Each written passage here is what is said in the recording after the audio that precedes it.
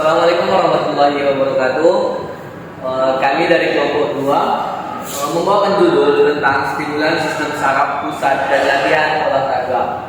Jadi ada pepatah mengatakan tak kenal maka tak sayang. Jadi perkenalkan, nama saya Muhammad Raden Perdana Ampun dan teman kelompok saya di sebelah kanan ada Saya Fadia Tambunan.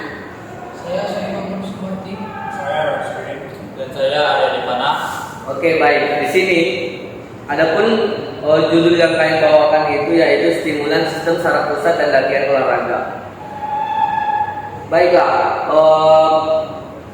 perkenalan di awal yaitu latar belakang dan tujuan.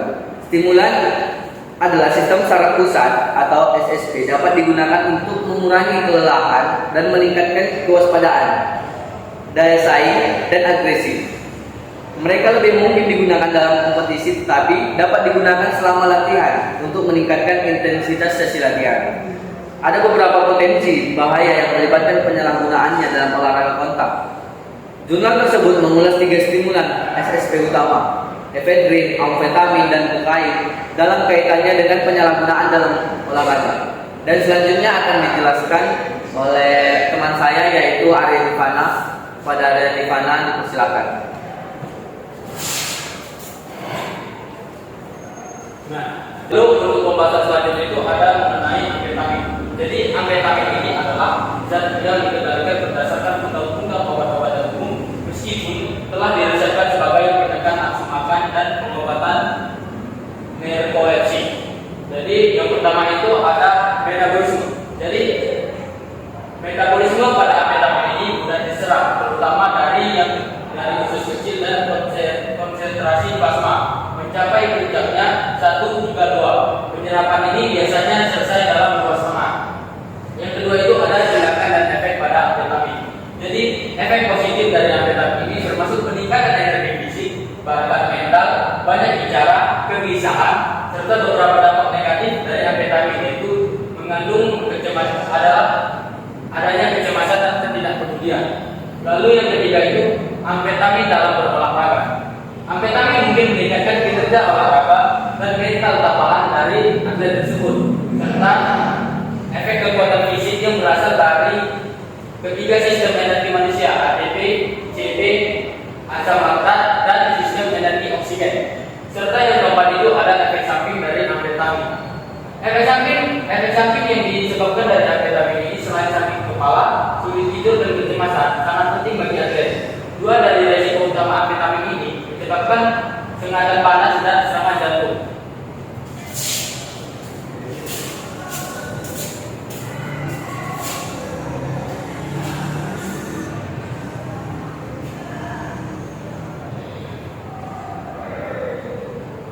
Selanjutnya yaitu kokain.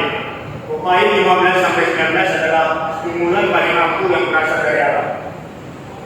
Koka dan ketenarannya memungkiri fakta bahwa obat tersebut telah digunakan sebagai stimulan selama ribuan tahun. Dalam bentuknya yang ini, kokain adalah bubuk kristal penting yang diekstrak dari daun tanaman koka Amerika Selatan. Kokain dapat dihirup, dihisap, atau disuntikan. Saat dihirup, bubuk kokain dihirup melalui hidung dan diserap ke dalam aliran darah melalui jaringan hidung.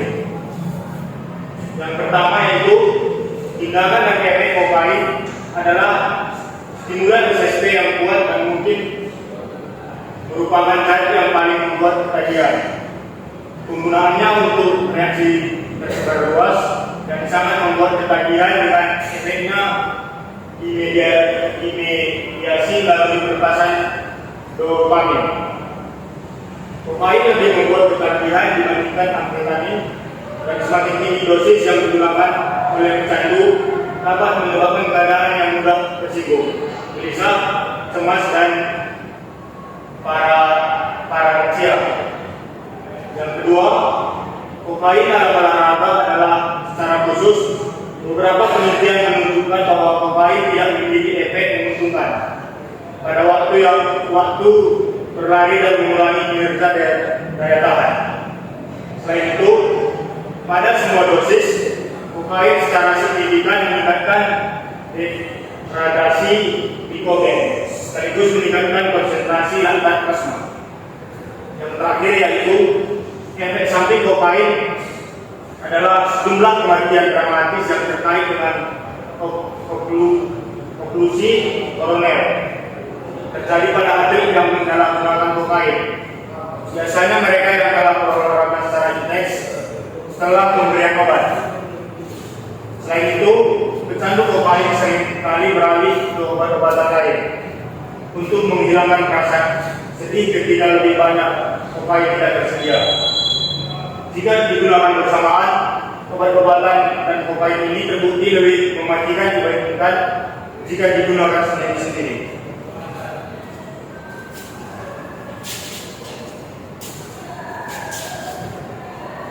Baik, selanjutnya itu ada EPD. EPD itu adalah alkohol EPD. Dari 20 sampai 8 yang merupakan komponen pokok daripada surat nutrisi, merupakan sebuah sistem saraf pada alami yang diperoleh dari beberapa spesies EPD.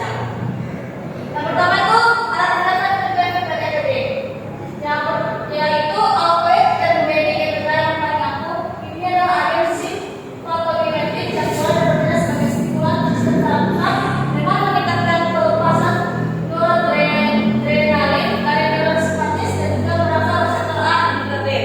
Efek samping urutan yang meningkat, sakit kepala, pusing, juga tersinggung, gelisah, gemetar, dan juga ada beberapa gangguan psikologis. Yang kedua itu efedrin dalam olahraga. Efedrin telah dianggap sebagai produk yang berpotensi digunakan untuk meningkatkan kinerja atletik dan memberikan keuntungan bagi atlet. Bahkan jika digunakan dalam bentuk suplemen, manfaat dirasakan berupa peningkatan energi, penurunan kelelahan, dan potensi sifat termogenik dengan peningkatan metabolisme, peningkatan dalam lemak, dan juga lain-lain. Ketiga itu ada efek samping dari EPD. Dalam kaitan dengan olahraga, EPD yang dipublikasikan baru-baru ini telah mendorong berbagai asosiasi atletik untuk fokus pada evaluasi lebih lanjut terhadap penggunaan zat ini dan mencoba mendidik para atlet tentang potensi resiko kesehatan terkait dengan penggunaan EPD.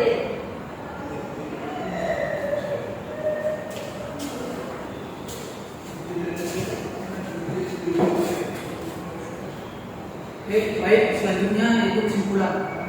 Manfaat ergogenik ini sebenarnya dari amfetamin, kokain, dan efedrin masih belum jelas. Namun semuanya dilarang atau dipantau pada tingkat yang berbeda oleh federasi dan juga asosiasi olahraga yang berbeda yang sehubungan dengan efek samping nyatanya dalam latihan olahraga.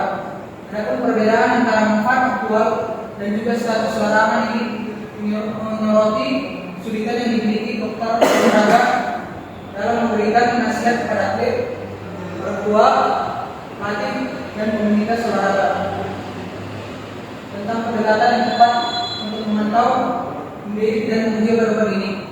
Bersama-sama mari mereka harus mengambil tindakan di bidang pendidikan, pendidikan ilmiah, dan langkah-langkah sosial dan kesehatan untuk melindungi atlet, menyelaraskan standar dan mengkoordinasikan undang-undang terkait politik. Secara khusus, harmonisasi peraturan olahraga telah menjadi tujuan internasional yang besar dan juga harapan yang tinggi terhadap hal ini. Mungkin cukup sekian dari kesimpulan dari kelompok 2. Saya lanjutkan pada moderator. Udah. Kami jalan ke udah kan? Baca Bu. Cukup sekian presentasi dari kelompok 2 dengan judul stimulan sistem saraf pusat dan latihan olahraga. Semoga Bapak atau Ibu dan seluruh teman-teman dapat mengerti apa yang disampaikan presentator kami tadi. Adapun ada gium hukum yang sangat terkenal yaitu asas cogitationis poenem nemo patitur, yaitu yang artinya tidak ada seorang pun dapat dihukum atas apa yang ia pikirkan.